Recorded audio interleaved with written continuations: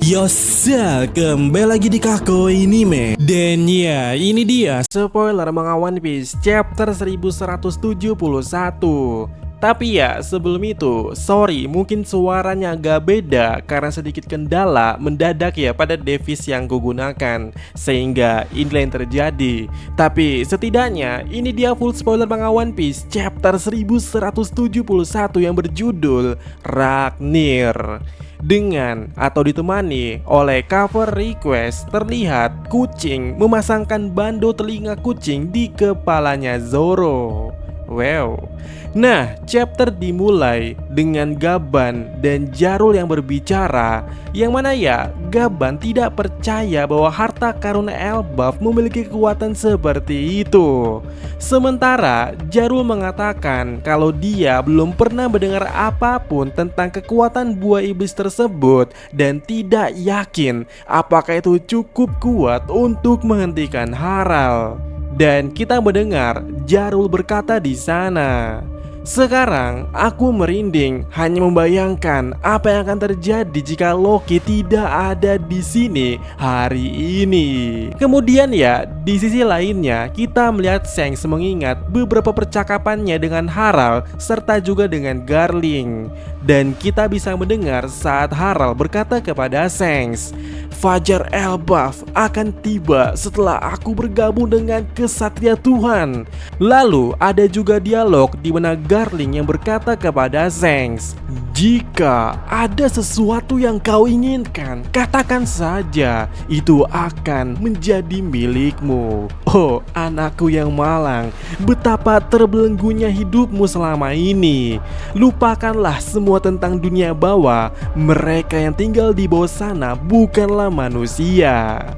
Lalu ya, kembali ke timeline saat itu, Shanks mencengkram tanda Imu di lengannya dengan marah kepada Imu dan juga Tenryubito. Kemudian ya, kita bisa melihat Gaban di sana mencoba menenangkan Shanks dengan mengatakan bahwa ia atau Shanks ini pasti akan memainkan peran di masa depan.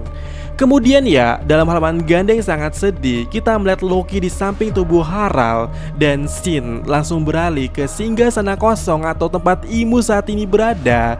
Imu sedang duduk di sana dan bertemu dengan para ketetua atau Gorosei, dan di sana ya, Imu terengah-engah seperti Imu terpengaruh oleh kematian Harald. Dan di sana Imu berkata, "Mu menganugerahkan keabadian dan kekuatan kepada prajurit raksasa kuno yang sudah merupakan pemandangan yang langka sendirinya. Seekor monster dan seseorang membunuhnya. Siapa yang melakukannya? Apa yang ada di Elbaf?"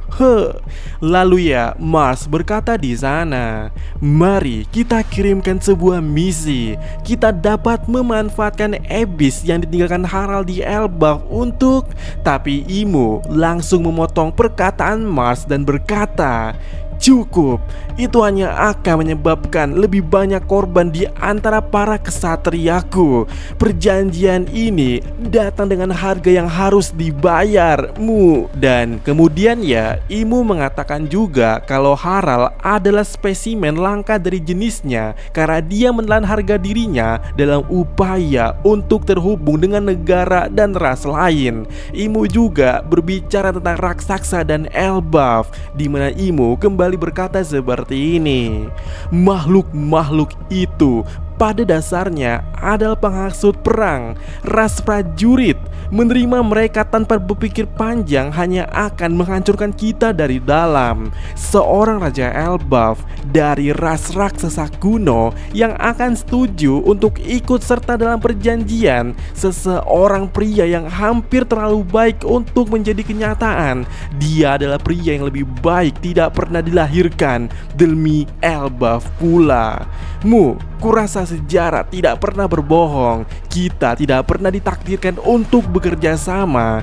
Jangan pernah lupa, Elbaf adalah D. Lalu ya, kembali ke Kastil Aurus. Loki memutuskan untuk pergi ke laut bersama para prajurit yang selamat di sana dan menggunakan kekuatannya untuk membalas dendam atas kematian Harald.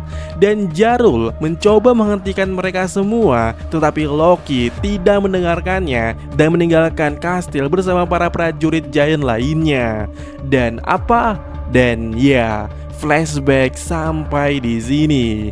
Dan kemudiannya cerita kembali ke timeline saat ini. Kita atau setelah mereka mengetahui apa yang terjadi pada hari kematian Harald, Hairudin setuju untuk membebaskan Loki. Dan Hairudin juga meminta maaf kepadanya, meskipun Hairudin masih tidak bisa memaafkan Loki atas kejahatan yang lainnya. Tapi di sisi lainnya, Luffy sangat senang karena Loki dibebaskan.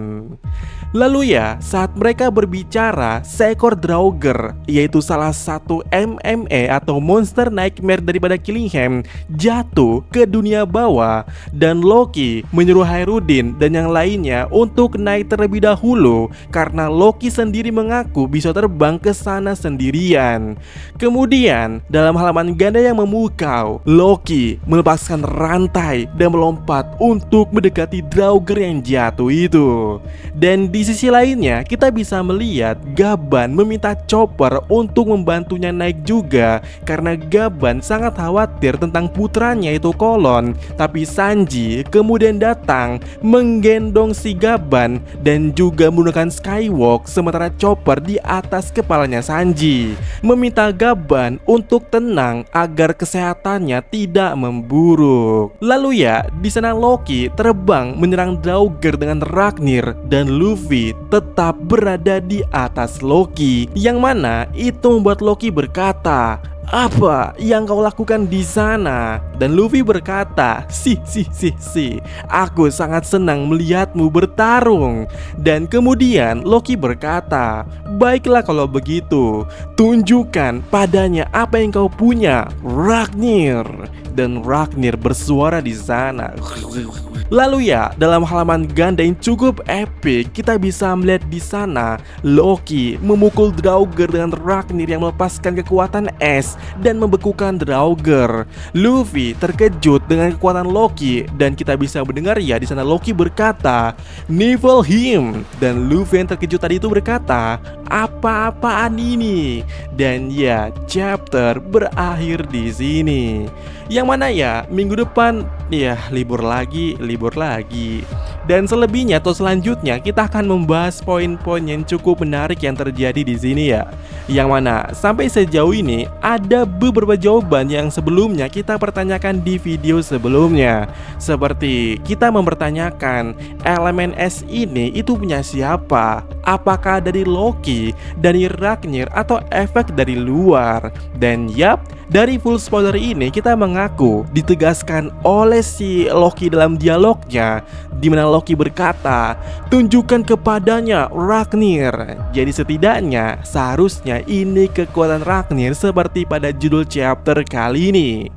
Lalu ya, pertanyaan kedua lainnya itu ada di video sebelumnya. Kita mempertanyakan, Imu tahu nggak sih kejadian di Elbaf ini seperti apa? Atau cuman sadar kalau tiba-tiba Harald itu menghilang dari koneksinya? Dan rupanya itu tadi ya, Imu tidak tahu. Imu saja bertanya-tanya apa yang terjadi di Elbaf, kenapa Harald bisa dibunuh, dan juga bertanya-tanya monster apa yang membunuh Harald. Kemudian berbicara Imu juga yang cukup menarik ya. Maksudku ada harga yang harus dibayar dari kontrak yang dilakukan oleh Imu. Dan ini tentu saja akan jadi pertanyaan super menarik. Apakah itu kelemahan Imu? Soalnya Imu sampai tak berani mengirim anak buahnya lagi karena takut mati seperti Harald. Jadi itu tadi ya, kembali ke awal. Apa harga yang harus dibayar oleh Imu setiap atau jika ada kroconya yang telah kontrak itu mati? Apakah ada damage yang diterima oleh Imu? Ataukah ada jiwa yang hilang? Ataukah usia? Sebab waktu Brogy jadi Oni, di sana Imu sempat berkata bahwa efek yang diterima oleh Brogy saat ini dapat kekuatan lebih ataupun semacamnya, itu ditukar dengan usianya Brogy itu sendiri. Jadi apakah dengan Imo mendapatkan budak yang nurut, usia Imo yang ditaruhkan? Tapi jika kita berbicara usia kepada Imo, itu kan jadi cukup aneh ya. Karena sejauh ini kita pasti ya punya asumsi lah ya, kalau si Imo itu adalah abadi. Dan bukankah usia itu jadi bukan suatu hal yang cukup patut ditakutkan ya jika dirimu abadi? Ataukah jangan-jangan, ya kita akan bahas di next video ya. Dan selebihnya atau hal menarik lainnya mungkin kita akan bahas di next review aja ya atau semacamnya. Tapi dan ya tunggu device gue balik lagi biar suaranya jadi seperti normal lagi ya. Ini kacau ya, ini langsung record di CapCut dah.